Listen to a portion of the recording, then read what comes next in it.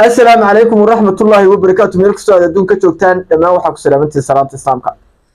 qubanahayga waxaan kusoo qaadan doonaa ilaa 4 arrimood oo wada kala duwan. horta madaarkii magaalada Hargeysa war baan idinka hayaa asaga. warka idinka hayaa waxa weeye jeel baa laga dhex sameeyay wax yar oo dul istaagaya sida oo kale waxaan ku xigsiinayaa Burco oo arrinkii maayirka iyo halka la isla marayana waa magaaladana waa duutagaya iyo shakhsi caana oo afka furtay. waxaan ku xigsiinayaa Sool oo laba siyaabood uga hadlayo soo dhaweyn dad ay jiray iyo sida oo kale ciidankii maaragtay meesha joogay siibahaan dhul bahanta ahaa oo xog idinka hayo guumeys baa yigori inta waa idin hayaa. waxa dheer ninka la oran jiray sheegow xagga iyo Muqdisho ay ka dajiyay nin magaciisa la yiraahdo sheegow oo lagu xukumay 10 sano iyo inuu nin magtiisa bixiyo iyo sababta lagu haystay ciidamadiisa sababtu ku biilin jiray waxyaalaha qaladku halka uu ka yimina aan dulgeynay maanta dad badan baa ogeyn arrimo way farbadnaan karaan adiguna qodob danaynaysa laga yaabaa muuqaalka waad jiidan kartaa qodobka wala tii kartaa sababtoo aan u daawasho ma xiiseeyaan oo ma xiiseeyo waxa ka codsanayaan muuqaalka follow garayso muuqaal meel follow garayanayo inaad page-ka soo follow garayso hadaad Facebook ka daawanayso hadaad YouTube ka daawanayso subscribe ta saarto meel kastoo muuqaalka ka daawanayso like garaysana share garaysana way sawirka aad arkaysaan waa taliyaha ciidanka booliska Somaliland General Dabagale. waxaa jirta in maanta laga furay madaarka magaalada Hargeysa jeel u gaara soo degayaasha isla maanta Ibrahim Aydid waa arkaysan mid uu qabtay mid darsiisa loo qabtay laakiin jeelka lama gelin siisa loo qabtay. horta aad waxaan ugu faraxsanahay oo ugu mahad celinayaa haday tahay taliyaha ciidanka booliska haday tahay wasiirka arrimaha dibadda Somaliland haday tahay maartay nidaamka kala sarsareeyay madaarka magaalada Hargeysa aad baan maartay ugu mahad celinayaa.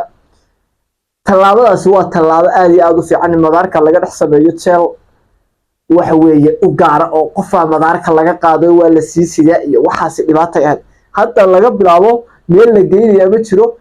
mandheera yar baa madaarka magaalada Hargeysa wala idinka furay mandheera faqiir hadda jeelka wada mandheera maqli jirtay mandheera yar baa la idinka furay halkaas ciqaab adduun loogu sameeynaya qof kasta oo dambiile ah oo maarta qaranka qaradka gala insha Allah waxaan rajeynayaa qof maskiina inaan qaban insha Allah soo kaliya waxaan ka barayaa qof dulmana ah oo Somaliland umadeeda dhibaateeyo oo madaarka ka soo tagayana inaanu dhaafin kaasi waa mahadnaq iyo sidoo kale ogaal iyo horumar Somaliland u soo kordhay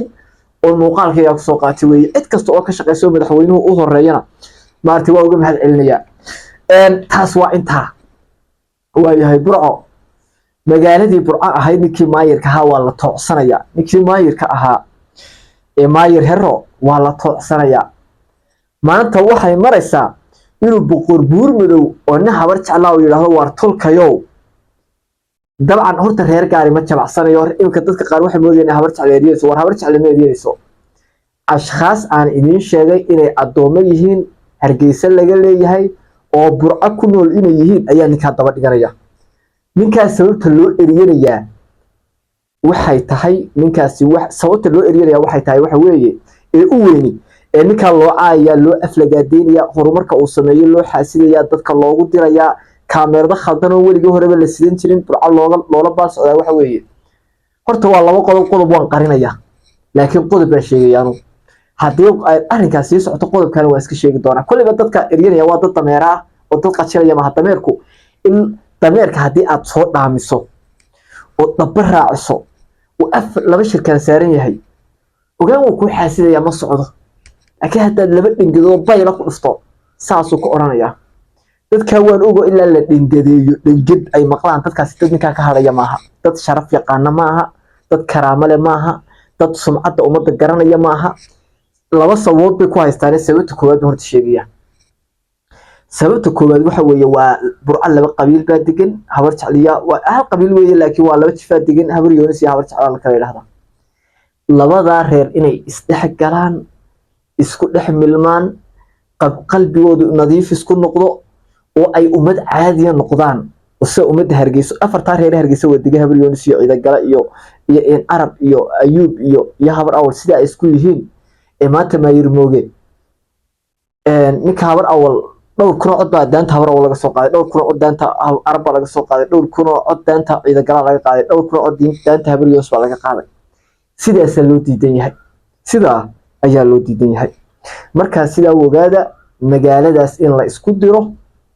waxa maaragtay ayaa ninka loo daba socdaa wax kale ninka loo daba socdaa ma jiro hadaad aragtaan wasiir hadlaayo leh ninkaasi waa nooca hadii aad aragtaan suldaan hadlaaya hadii aad aragtaan bilaayo kale hadlaysa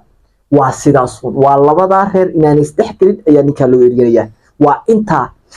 wax ma qaban karaan oo wax ma ka bedeli karaan horta ashkhas isla habar yoonis horta hal reer xumaanta kama shaqeeyo habar jeclo ka xumaanta kama shaqeyso habar jeclo iyo habar yoonis ba ashkhas ka ku jira ayaa xumaanta burca ka shaqeeya burca inaanay horumarin burca inaanay magaalada ummadoo kala noqon burca inay gabilay ka qurux badnaato burca inay ood weyn sanadka dambe ka qurux badnaato berbera haba iman berbera burca la isma baaldhigi karaba inay burca noqoto tuulo xuno wada uskaga labada reer ashkhas ka soo jeeda ayaa maartay ku shaqeysanaya reer kaliya ma aha yaan maartay reer kaliya la oran ka habar jeclaa haysatay waxa loo habar jeclo waa dad goba dad waxaasna shaqo kule maaha laakiin ashkhas adooma ah oo habar jeclo u badan ayaa haysta waana sababta boqor buur madow uu qayriyay ee uu yiri waa ninka kala taga doqonnimada waa ka hadlay ee page-kiisa Facebook qoraalka soo dhigay taa iyada intaas ka imanaya laakiin qodobka kale waan sheegi doonaa hadii ay dhulsada joojin waayaan way iyo isqabqabsiga maayaanka hadii nimankaasi joojin waayaan xildhibaanka sheeganaya kolba meherdiya soo istaagay ama yarna waa sida iyo sida ninkani waa nin magaaladiisa jooga waa nin magaaladiisa maayirka hadii aad cid qabsanayso wuxuu la mid yahay ninkii ka digay meesha ninkii ka digayna waxba burco mu qaban ninkana waxba uma qabaanba waan arkaa ninkaasina waxbuu qabtay baalkii waxbuu yara qabtay kana waxbuu yara qabtay laakiin labada midna ma gaarsiin heerkay burca mudnayd Hargeysana ugama soo dhicin meel kale uma soo dhicin labaduba waa ehelkeen iyo meesha hayoon marka qodobkii ay ku horumari leedna way ninka maartay kala dagaalamaya waxba jira Somaliland dushana arrinkaas uu ka haysta arrinkaas burco kuma koobna waxa jirtay ka boormo oo kale hal gooraya kuwani waa hebel yoonis kuwani waa hebel nuur kuwani waa hebel carfaan waxa lagu oranaya soostaga waxa lagu oranaya burco habar jecliya habar yoonis waxa lagu oranaya ii sheeg dhulbaanta lagu sii kala qaadayo jaabacsiyad oo bahar same nidaam yar oo noocaasa maaragtay ayaa jira Somaliland marka la yiraahdo horta marka hore wadanka Soomaaliya la oran jiray hadda inagu wadanka gaarka ah Somaliland la yiraahdo internet marka la yiraahdo maaragtay firfircoonaanta iyo wax keenka bulshada iyo horumarka ummadda Soomaaliyeed burco Hargeysa Ergaabo iyo Booramo bay ka iman jireen ashkhasta ugu caansan meeshaas bay ka iman jireen dadka hadii hal sano war hadii 5 sano oo kaliya dad hogaamiya oo wanaag ku hogaamiya hadii ay helaan oo qabiiladan iyo bilaayadan la qufaayo meesha laga saaro waxaan aaminsanahay Ethiopia aad aragtay naga qurux badnaateen Kenya naga qurux badnaateen wadan inaanu naga qurux electric inaanu naga ciidan badateen inay hubka Somaliland iyo maartay hubka xaragada Somaliland yalla inay technical badan lay inaan la arkin hal qof oo dhalinyaro oo bilaa shaqo ah oo shahaado haysta la arkin hal qof oo maartay gacanta wax ka bartay oo maartay farsamada gacanta bartay oo bilaa shaqo inaan la arkin laakiin Ilaahay ba maartay waa nooca waxa la yaabin hadii aad aragtaan in ninkaas oo la caayo baasha halkaas ma daba socotaan waa iska noocaas Ilaahayna waxaan ka rajeynayaa inaga siyaasiyiin gabiyeena dhanba maliya qaar ba u taqaana qaar wanaagsan war Ilaahay inuu siyaasiyiin wanaagsan naga dhaliyo oo ummadda si fiican ugu adeegta kuwan qulubde ma xumo oo laakiin de arrinkaasi waa arrin in daashadeen noqday oo iska noqday waana arki doontaa Somaliland waxa mar iman doona nin aan haybtiisa la garanayn oo dadka ugu badan hadii la sacaano tahay maanta la leeyahay waa Soomaaliya la sacaano waa idin soo waday waxa Soomaaliya kuma hayse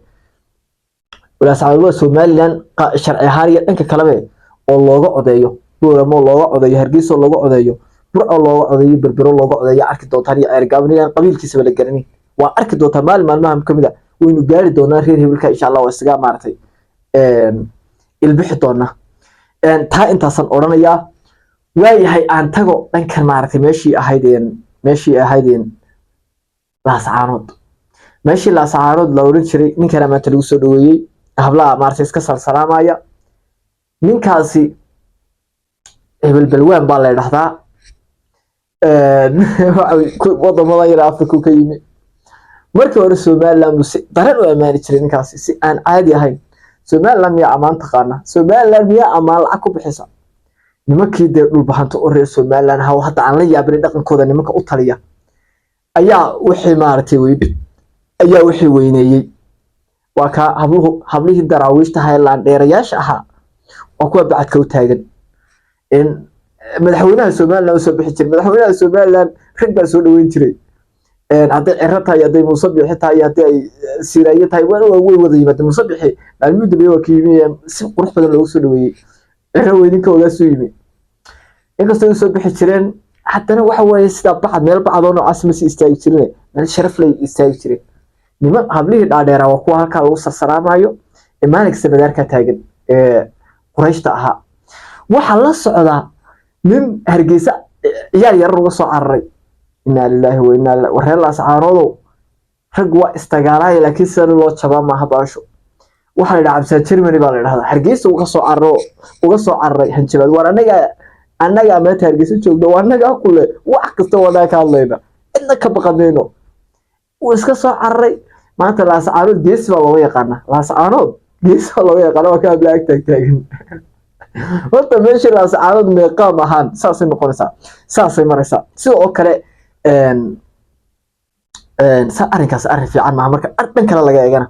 maalin kasta in shakhsi hablo sharaf leh dad karaamo leh loo soo saaro madaarka bahal ku garaacdo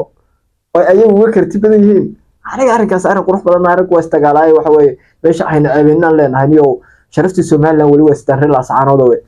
waayahay dhanka kale askartaan u tago ciidankii maaragtay meesha la isugu soo ururiyay dhul bahanto badnaa ee Cabdimadoobe wati iyo wixii 8 bilood waa bilaa mushahar intii garowe ka mushahar qaadan jirtay la garay intii kale 8 bilood muddo 8 bilood waa bilaa mushahar nimanka inay kala yaacaan wax alla iyo wax uga dhiman ma jiro waa arki doontaa wiigaga soo socdo wala kala yaacaya waxa shaacisay hadii maaragtay la qarin karo waxa shaacisay gabadhii Facebook wajota postiga soo qortay in 8 bilood ciidanku bilaa mushahar hada ciidan kala waa ciidankii Soomaaliland laga duubsaday waa kuwii kale iyagu xataa xagga la socda Soomaaliland waxa way mushaarkooda waa siin jirtay laakiin markii dambe cadawga toos u soo raaceen ayaa deemaanka laga taray marka taasina waa ciidankii xaaladdu halka ay marayso nimankan la leeyahay meel bay joogaan iyo farday wataan iyo tigniika furteen waa dad 8 bilood bila mushaar dadkana waa iska garanaysan qiimo qoje kama hadasheen haddii ay ragaas waxaystaan taana intaas ka imanaya aniga la saacadno waa halka maraya way dhanka kale ninka la yiraahdo sheegow waa nin Muqdisho lagu xiray ninkaas waa nin jareer abu ahaa ninkaas arrin siraan maanta idin sheegaya horta federaalka uu arrinkeeda dushan kala socda maanta meesha Soomaaliya dushan kala socda ee Muqdisho la yiraahdo laakiin insha Allah hadda cawdeeda waa dhiganaya qubaraha maalin la uga soo qaadanaya meesha in kasto ay tahayba waxa jira arrinka ugu weyn ee dawladda isku hayeen nimanka waxay ahaayeen ninkaasi ciidan 15 qof ayuu dagaal galiyay waa la dilay waxa saama qashan xagu mushaarkooda ka keen jiray ila waa askariye ninkani lacagta madoob uu meeyay jiray dawladda hore farmaajo waa kula socotisaan maqlay oo wixii sir waa laga goosan jiray san xogta ku ayo laakiin qoladana waa diiday arrinka ugu weyn ee la isku haystay arrinkaas waa lacagta madoob oo ninka isticmaalo waxa ninkii waa kii qaadaad badan geystay hadda waa la xukumay 10 sano loo iibin karo ayaa loo xukumay iyadoo mag iska bixiyo ninkii sheega wahaana saasa lagu sii daayay mar hadii lagu waa loo iibin karaa waxa way arrinto dawladdu joogaade waxa yar waa la iska shubayaa waa 10 sano kama 5 kulo door xataa gaari mayso arrinku waa sida ninkii sheegowna saas uu soo baxay insha Allah qobolahayga maanta intaas ku soo qaadanaya waxaan ka codsanayaa like gare share gare comment-gana insha Allah wixii reegaaga igu la wadaag